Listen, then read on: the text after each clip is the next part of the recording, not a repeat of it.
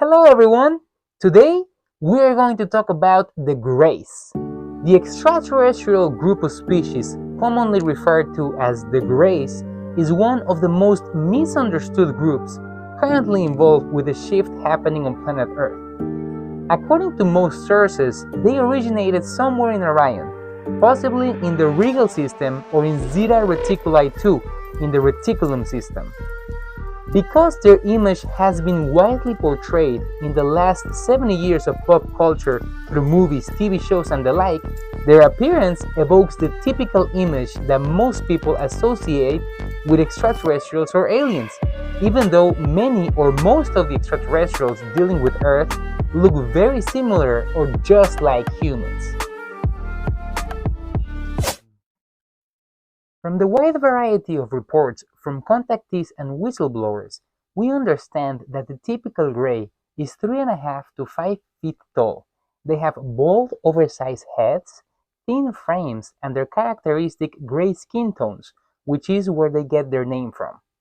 Their large, dark eyes, which are said to be covered by lenses, sit alongside tiny mouths and noses to give them their characteristic look. There are many different types of gray aliens, some of them having different skin colors such as green, bronze, and a type of violet purple, as well as different facial features and heights, with some of them approximating more the height of a human or even taller, reaching up to 12 feet tall.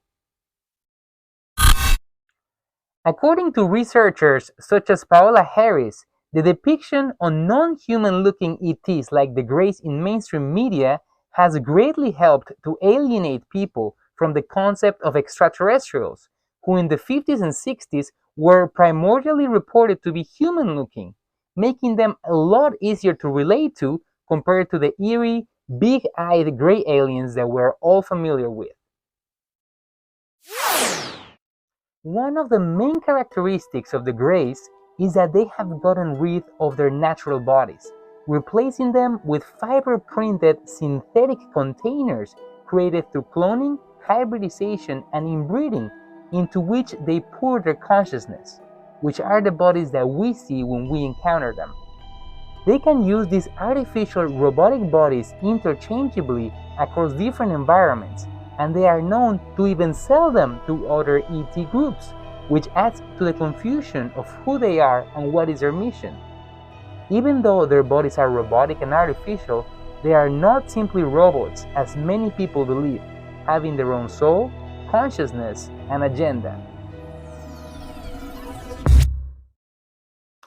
Something very characteristic of the Greys is that they come off as invasive species because they believe that it is good to influence and to try to correct different systems and societies, resulting, for example, in their manipulation of timelines on planet Earth,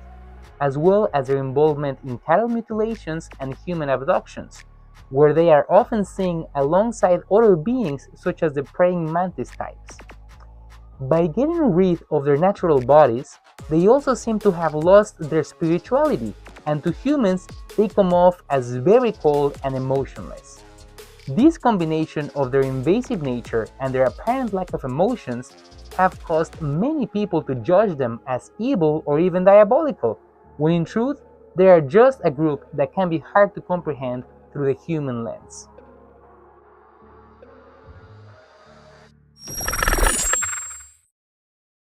According to their own origin story as reported by Tactical Advisor Team, the closest translation to what they call themselves is the First Order, since they see themselves as the first ones to try to preserve the natural order and harmony of the universe. They strive to accomplish this mission by collecting certain types of warrior-type species under one umbrella, in order to fix the problems that can come up among the species that are considered warrior types. They also do this by offering their help and working for other species, managing and administrating different planets and star systems.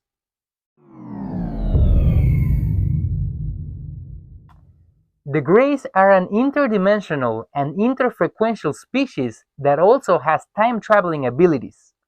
One of the main reasons for their seemingly invasive nature and agenda is that they carry a lot of trauma, because they claim they destroyed themselves in a previous version of the universe, in one of the three main master lines that they refer to. Most sources agree that they reached a dead end, or like some would say, they hit the wall, when they reached level 6 consciousness, or according to others, the 12th density or dimension,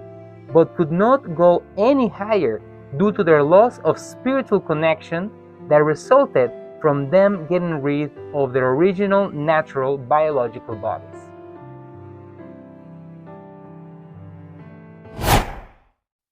Since the Greys have been part of the creation and genetic manipulation of humans, it is highly probable that many of the practices that we see in society have been heavily influenced by them, such as having societies organized in hierarchical systems ruled by elites, as well as putting a lot of importance on contracts and economic development.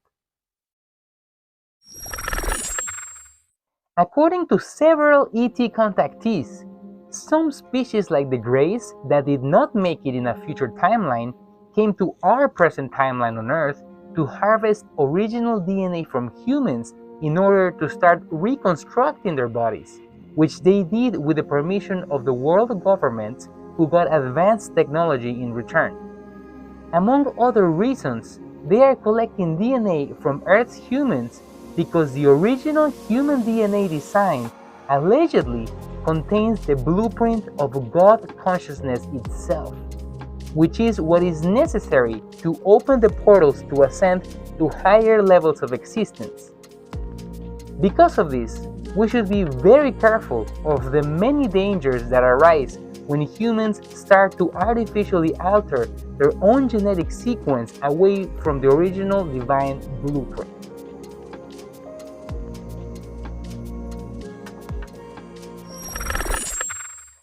A very interesting take on the origins of the Greys and their presence on Earth comes from the Andromedans, as reported by Alex Collier in his book Defending Sacred Ground. According to the Andromedans, the Greys were originally a much more human-looking race that was captured 891,000 years ago while leaving their home in Zeta 1 or Zeta 2 to explore and do their own thing. They were captured by a group from Orion that was already genetically altered and under the control of the Alpha Draconians. This group got rid of most of the Grey females in order to control their birth process, and then they genetically altered the remaining females so that all children born thereafter would be genetically modified. The males were enslaved, made to work in mines, and basically treated as a natural resource by the Orion group, who was itself controlled by the Alpha Draconians.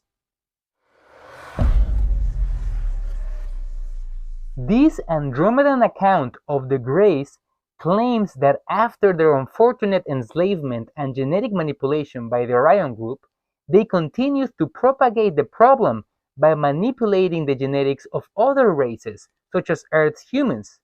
Furthermore, the Andromedans say that even though it seems that the Greys have been on Earth for thousands of years, they actually got here in 1931 and used their time-traveling technology to travel back in time and appear to our ancestors as if they had been here for a long time in order to control humanity's perception of them.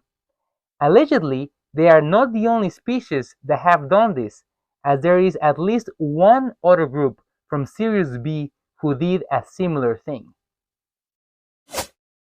The Andromedans say that the Greys are so interested in this planet because there are only about 2,000 real Greys left who are desperately trying to save their race from extinction, since there is a new frequency coming into the galaxy and the third density or dimension is beginning to implode on itself. By combining their genetics with ours, they are hoping to capitalize on the extremely large range of emotions and spiritual potential that we carry in our DNA.